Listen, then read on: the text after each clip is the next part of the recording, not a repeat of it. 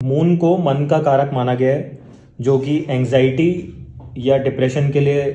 एक सिग्निफिकेटर है आपकी कुंडली के अंदर, ऐसा मेरा मानना है। क्योंकि आप लोगों ने भी सुना होगा कि मन के हारे हार है और मन के हारे जीत है। दैट मीन्स कि आपके मन से आप दुनिया भी जीत सकते हैं, और आपका मन ही एक ऐसा है कि आपको आइसोलेशन में रहना पसंद हो, आप अकेलेपन के कारण कई बार ड्रेन्ड आउट हो जाते हैं और आप डिप्रेशन में भी जा सकते हैं। तो फ्रेंड्स, इसके लिए कुछ पर्टिकुलर एक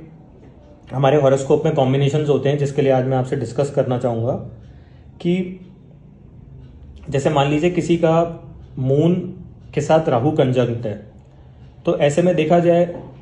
जाए तो ऐसा आदमी को क्या है कि इल्यूजन अपने वर्ल्ड में जीता है कि लोग मेरे साथ हैं, मेरे अंदर ये कैपेबिलिटी है काम करने की।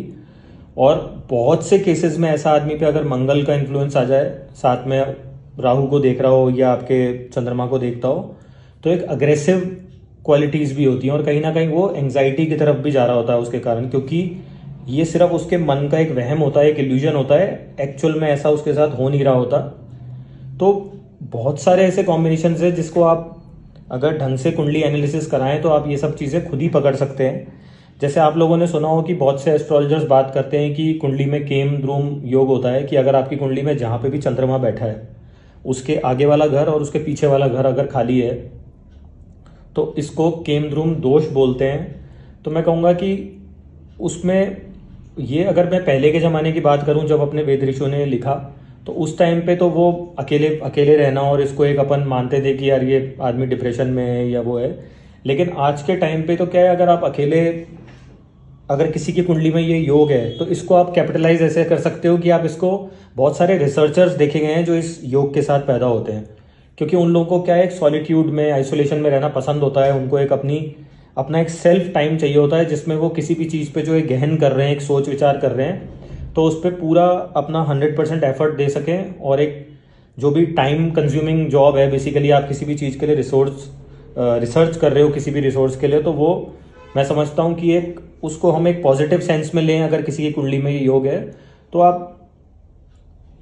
उस चीज़ को ये ना माने कि ये मेरे अंदर किसी ने बोल दिया तो ये दोष है कुंडली में, ऐसा नहीं है। आप उसको अपनी पावर बना के कुछ ना कुछ ऐसा रिसर्च वर्क करें जो दुनिया के भी काम आए और आप लोगों के लिए भी काम आ सकता है। और बहुत से केसेस में ये देखा है कि जैसे चंद्रमा क्या है, टोटली हमारे इमोशंस को कंट्रोल करता है। और जैसे मान लीजिए कि अगर आपके सैटर्न का एस्पेक्ट आ रहा है आपके मून के ऊपर, चंद्रमा के ऊपर, जहाँ पे भी आपकी कुंडली में बैठा है, तो बहुत बार क्या होता है कि ऐसे आदमी के इमोशंस बड़े ड्राई होते हैं। या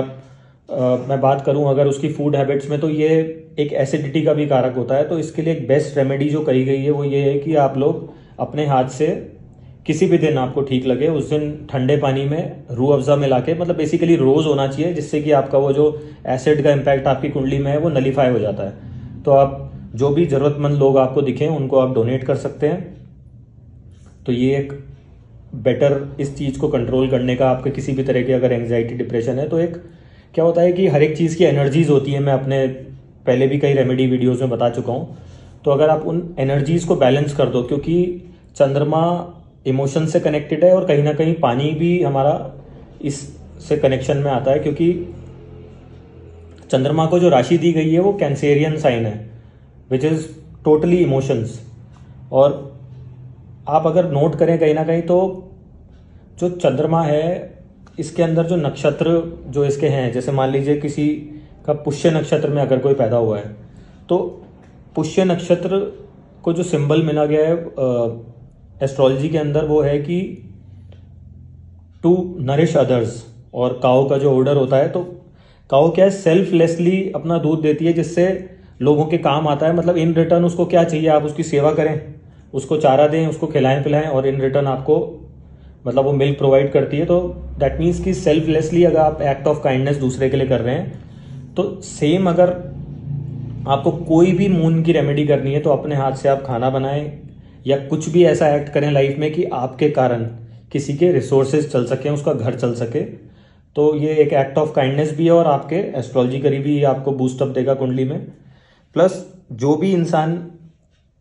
के मान लीजिए टॉरस राशि में पैदा हुआ है, या मान लीजिए उसका कहीं ना कहीं 10th हाउस से संपर्क हो रहा है मून का, या 8th हाउस से हो रहा है जो उसके 2nd हाउस को देखता है, तो ऐसे इंसान का देखा गया है कि फूड बिजनेस अगर ये लोग करते हैं, जिसमें रेस्टोरेंट्स हो गए काफ़ी सारे, या किसी भी तरह का ढाबा हो गया, या मिल्क का काम ये लोग करते हैं, तो वो भी इनके लिए बहुत ही बेनिफिशियल रहता है।